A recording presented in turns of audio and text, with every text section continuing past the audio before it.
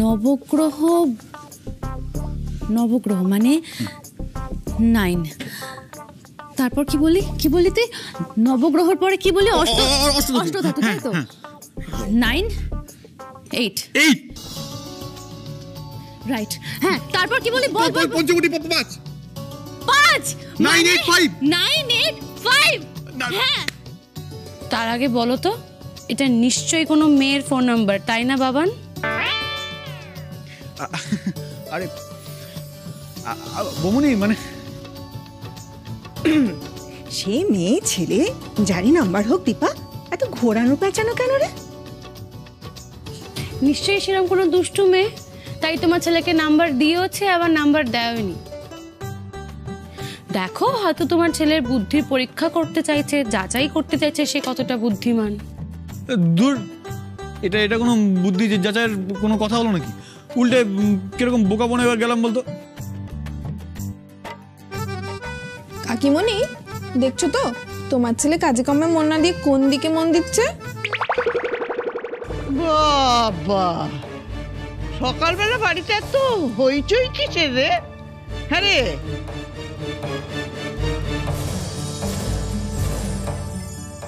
তোদের কি বিয়ে বাড়ির রেশ এখনো কাটিনি নাকি? পিসি ঠাম্মি, আসলে বাবানকে একটা মেয়ে। পিসি ঠাম্মি, আসলে সবাই মিলে আমরা একটু কথা বলছিলাম আর কি। তা আরেকজন কোথায়? সেই বিদ্যাপতি নতুন বউয়ের ফুলসজ্জের রেশ বোধহয় এখনো কাটেনি, তাই না? না, তার মেশোর বাড়িতে এত আদরের দুলালি ছিল যে দুপুরের আগে তার ঘুমই ভাঙে না। না পিসি ঠাম্মি, আলো হয়তো উঠে পড়েছে এতক্ষণে। আসলে ও তো সকালবেলা উঠে পড়াশোনা করে, কলেজ যায়।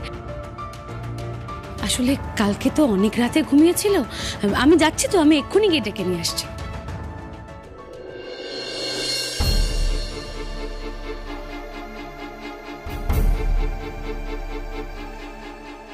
বাবা রে বাবা, এই ঢিঙ্গি মেয়েকে দেখছি গোড়া থেকেই সবকিছু শেখাতে হবে।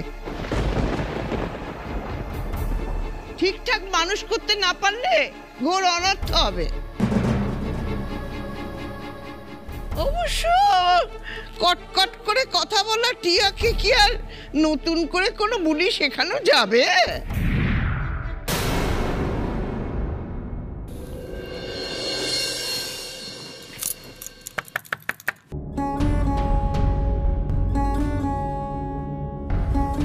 এত সকালে কে বিরক্ত করছে? উফ বাবা, আরে বাবা, এত সকালে কে বিরক্ত করছে?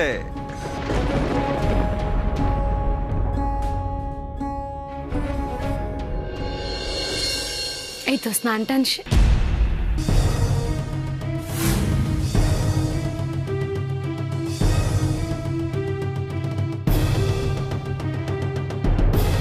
তুমি আবার সালোয়ার পরেছো আলো? না মানে দেখো, আমি বুঝতে পারছি যে তোমার শাড়ি পরতে একটু অসুবিধা হয়, কিন্তু তুমি তো জানো পিসিটা আমি কিরকম রাগারাগি করছেন। তারপর তোমার সবে কালকে বউ ভাত গেছে, 2-3 দিন একটু অ্যাডজাস্ট করে নাও, তারপরে। না মানে আমি তো আজ কলেজে যাব, তাই সালোয়ার। তুমি আজকে কলেজে যাবে? হ্যাঁ, আর কলেজে শাড়ি পরে গেলে খুব অসুবিধা হবে। কিন্তু পিসিটাম্মিকে আমি বুঝিয়ে বলবো, চলো।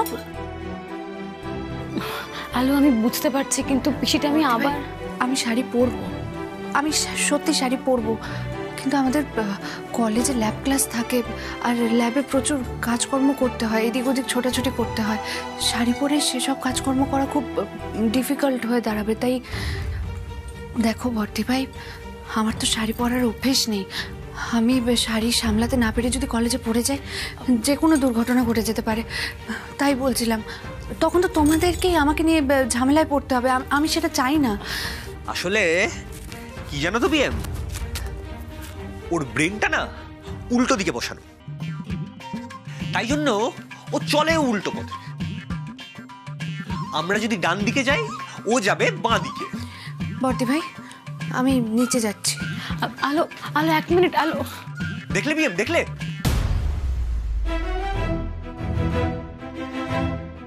ঠিক আছে, তুমি বুঝতে পারলে তো? এবার কিন্তু আমি ওকে কেস খাওয়াইনি, ও নিজে থেকেই কেস খাওয়ার ব্যবস্থা করে রেখেছে। আমার কি, ভুগুক, শাস্তি পাক। ভাইয়া চুপ করো না। আলো শোনো,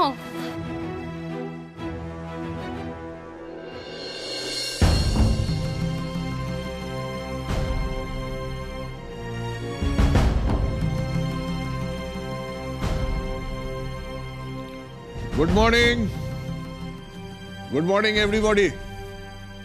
জয়া, আমার চাটা দাও। কি ব্যাপার, সব এরকম মুখ গোমড়া করে রয়েছে কেন? কি হয়েছে?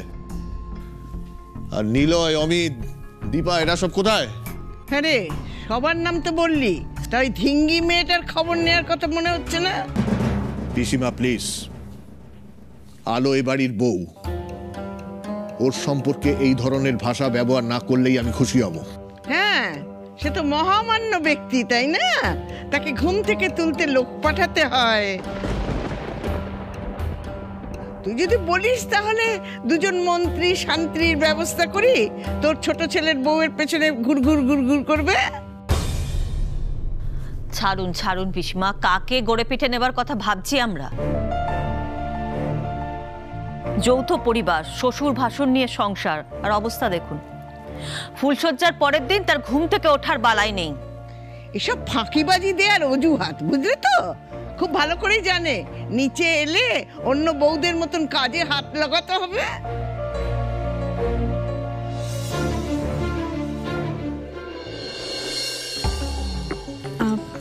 পিসি ঠাম্মি, এই নাও তোমার শরবত। দেখ দেখ, ওরে দেখ, এই হচ্ছে বাড়ির বউ। হ্যাঁ, কিন্তু আমি তো শুনেছিলাম আলো অনেক সকালবেলায় ঘুম থেকে ওঠে, আর ঘুম থেকে উঠেই ওর বই নিয়ে বসার অভ্যেস আছে। হ্যাঁ, সে নমুনা তো দেখতেই পাচ্ছি।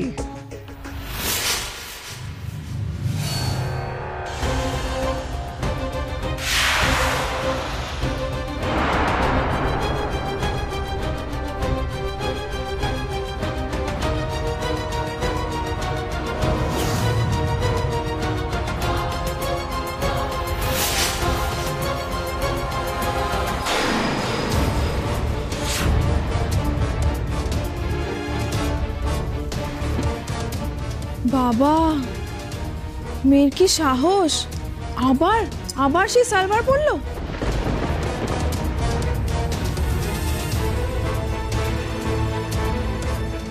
কি ব্যাপারটা কি? তুমি জেদি, তেজি না একগুঁয়ে, কোনটা? আসলে পিসিটা আমি পিসিটা আমি বলছি যে ও না আসলে কলেজে। চুপ!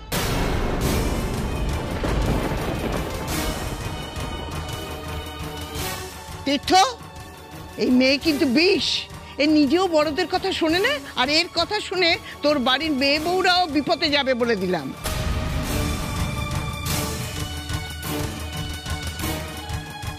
আহ পিসিমা, এত চিৎকার করছো কেন? এই অসভ্য মেয়ে আমাকে চিৎকার করতে বাধ্য করছে। কালকে আমি এত করে বললাম, কিন্তু কোনো কথাই ও কানে নিল না। সেই এই সমস্ত পোশাক পরে এলো। এই যে, এই মেয়ে শোনো, তোমারই শ্বশুর মশাই এখনো পর্যন্ত আমি কোনো কথা বললে মাথা নিচু করে শোনে, বুঝেছো? এবারে প্রত্যেকটা লোক আমাকে মানে, আর তোমার কি করে সাহস হলো আমার কথা অমান্য করার? সালোয়ার কামিজে হাত দিলে কি করে? হ্যাঁ, আচ্ছা ওর বাড়ির লোকেরাই বা কি তীর্থ? হ্যাঁ, মেয়েকে সালোয়ার কামিজ দিয়ে গেছে। আচ্ছা, বিয়ের পরে তোমাদের বাড়ির বউরা কি নির্লজ্জের মতন সালোয়ার কামিজ পরে? আসলে পিসিটা আমি তো কলেজে যাব।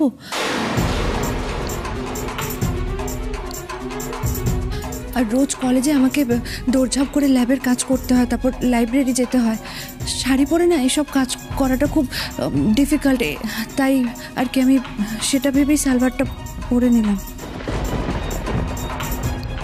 ওরে ওরে, কেউ আমাকে একটু জল দে, আমাকে হাওয়া কর। ওরে বাবারে, ও আমার শরীর অস্থির অস্থির করছে। ও বাবা গো, ও পালি, আমাকে একটু জল দে, হাওয়া কর। দাঁড়াও, আমি জল আনছি। এই দাঁড়া, তুই কোথায় যাচ্ছিস? তুই যাস না। পিসি ঠাম্মি, তুমি শরবতটা খেয়ে নাও না, একবার তো চুমুক দাওনি। খেয়ে নাও, এটাই খেয়ে নাও। তুমি জল কেন দিচ্ছিস? এলিনা, একদম বাড়াবাড়ি করবে না। পিসি ঠাম্মি গুরুজন মানুষ, ছোট বৌদিকে বকছেন, আর তুমি সেইটা নিয়ে ইয়ার কি করছো, মজা করছো?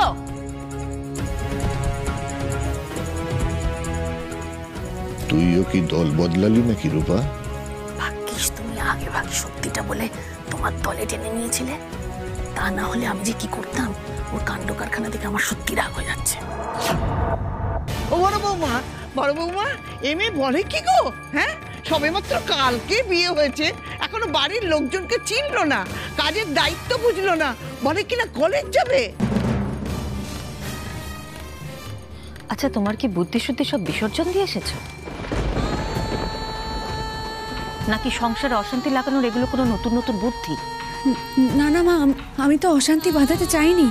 আমি তো কি বলো, তুমি বুঝতে পারোনি তাই তো? বউ ভাতের পরের দিন এরকম সালোয়ার কামিজ পরে তুমি কলেজে গেলে বাড়ির লোকেরা কথা বলবে, একটা নিয়ে অশান্তি শুরু হতে পারে, সেটা তুমি বুঝতে পারোনি তাই তো? এতটা বোকা কিন্তু তুমি নও আলো।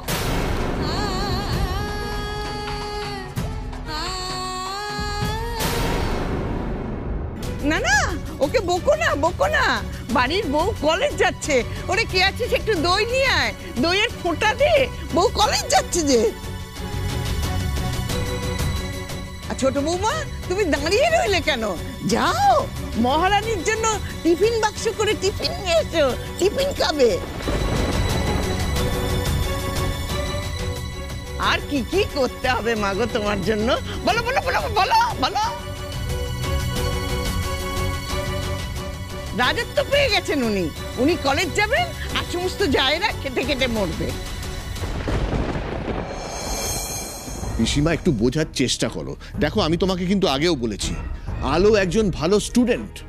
ভালো মার্কস না পেলে বায়োকেমিস্ট্রি নিয়ে কেউ পড়তে পারে না পিসিমা। তা একজন ভালো স্টুডেন্টের ইচ্ছেটাকে আমরা গুরুত্ব দেব না? এই রূপা, তুই কিছু বল। হ্যাঁ, সেই তো।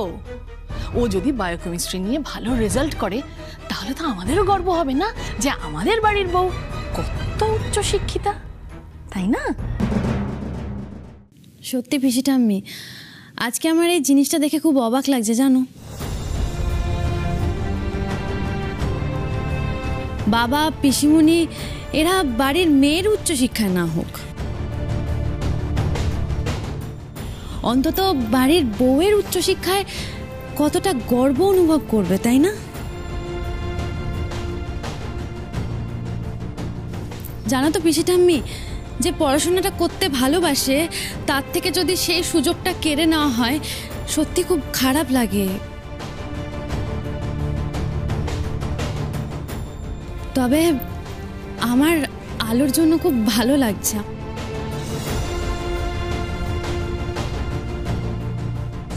ঠিকই তো পিসি ঠাম্মি, যুগ বদলে গেছে। মেয়েরাও শ্বশুর বাড়িতে এসে কলেজ ইউনিভার্সিটি যায়। হ্যাঁ পিসিমা, তোমাদের যুগ পুরনো হয়ে গেছে, এটা একটু বোঝো। ও আচ্ছা আচ্ছা, আমরা পুরনো যুগের মানুষ, বাতিল তাই না? না না পিসিমা, এসব কি বলছেন? আপনি ভুল বুঝছেন। না না বড় বৌমা, আমার যেটা বোঝা সেটা আমি খুব ভালো করে বুঝে গেছি, এবার তুমি বোঝো। এই মেয়েকে প্রশ্রয় দিয়ে তোমরা যদি ওকে যা খুশি তাই করতে দাও, তাহলে কালকে বাড়ির আরো দুটো বউও বলবে, ওরা বলবে যে ওদেরও নিজেদের ইচ্ছে মতো চলতে দিতে হবে। তোমার ছোট মেয়ে তো এমনিতেই মুখে মুখে তর্ক করে, এখন ছোট বৌদিকে দেখে আরো তর্কবাগীশ হয়ে উঠবে। তোমার সংসারে আরো মনোমালিন্য শুরু হয়ে যাবে, শ্বশুর শাশুড়ি পক্ষপাতিত্ব করে, একথাও কিন্তু তোমায় শুনতে হবে। না না পিসি ঠাম্মি, আমি চাই না যে আমার জন্য এই সংসারে কোনো অশান্তি হোক। আমি কথা দিচ্ছি, আমি শাড়ি পরবো, আমি শাড়ি পরেই কলেজে যাব, কোনো অসুবিধা হবে না, আমি ঠিক সামলে নেবো, কোনো অসুবিধা হবে না, আমি শাড়ি পরবো। শুনলে পিসিমা, আলো শাড়ি পরবে বলেছে, আরে পড়া শিখে নেবে। আচ্ছা তোমরা ওকে একটু সময় তো দাও, আগে থেকেই যদি এত ভয় দেখাও কি করে চলবে? পিসিমা মিছিমিছি ভয় দেখাচ্ছে না, ভয় দেখানোর যথেষ্ট কারণ আছে। মনে আছে তোমার, দীপা যখন এবাড়ির বউ হয়ে এসেছিল তখন ও কিন্তু যথেষ্ট ভালো ছাত্রী ছিল, অনেক ভালো পরীক্ষায় নম্বর ও পেয়েছিল।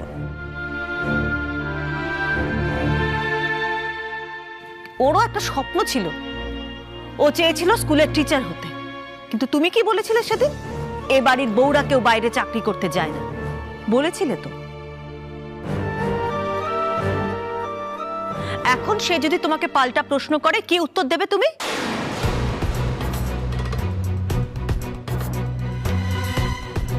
কি হলো ঠাকুরজি,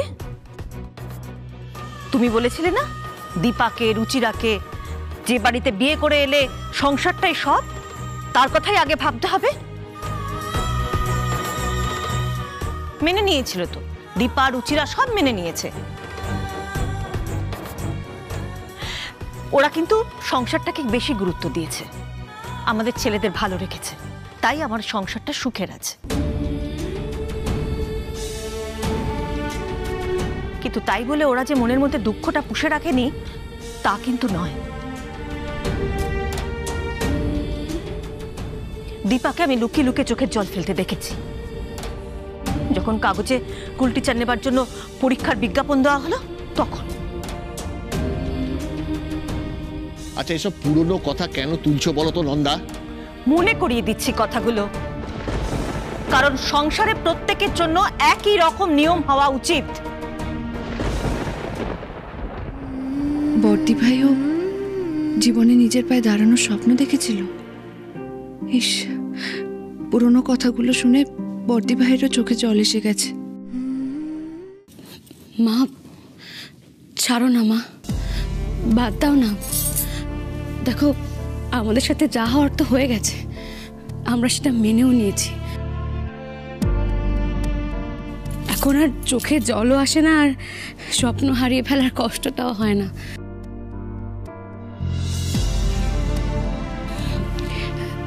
আমাদের কাছে এই পরিবারটা, তোমরা সবার থেকে বেশি গুরুত্বপূর্ণ মা।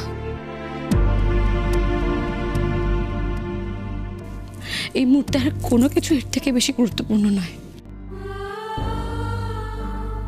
কিন্তু কোনো একজনের স্বপ্ন ভেঙে গেছে বলে অন্যজনের স্বপ্নটাকে ভাঙতে দিও না।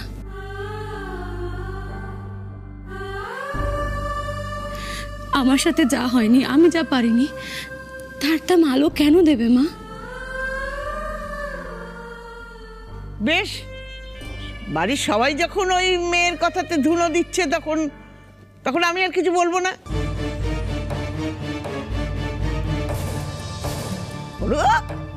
করুক ও যা খুশি করুক, পেরোক, বাড়ির চৌকাট পেরোক। তবে একটা কথা, গরিবের কথা বাসি হলে মিষ্টি হয়। মেয়ে মানুষের অতি বিদ্যে ভালো নয়, ওর জ্ঞান বিদ্যে আগে থামা। কলেজ যা বন্ধ কর, তবে গিয়ে ওই মেয়ের রাশ টানা যাবে। না না পিসি ঠাম্মি, পিসি ঠাম্মি, পিসি ঠাম্মি, আমি তোমার কথা দিচ্ছি, আমি আর কোনোদিন সালভার পরবো না। আমি এক্ষুনি গিয়ে শাড়ি পরে নিচ্ছি। হ্যাঁ আমি যাচ্ছি, এক্ষুনি গিয়ে শাড়ি পরে নিচ্ছি।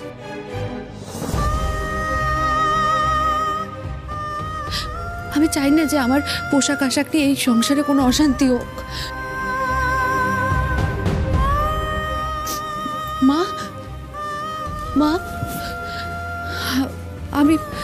আমি তোমার কথা দিচ্ছি, তুমি আমাকে যে যে দায়িত্ব পালন করতে বলবে আমি ঠিক মতো পালন করব। হ্যাঁ, আমি ঠিক মতো পালন করার চেষ্টা করব। আজকের পর থেকে আমার এগেনস্টে কারোর কাছে কোনো কমপ্লেন থাকবে না। আমি আমি সবাইকে কথা দিচ্ছি।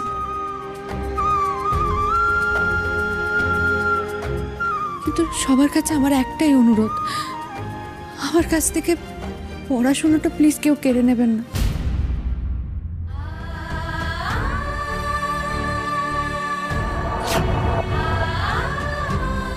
ছোটবেলায় বাবা মা হারিয়ে যাওয়ার পর থেকে বই তো আমার একমাত্র আশ্রয় ছিল। আমি সারা জীবন বই পড়ে গেছি।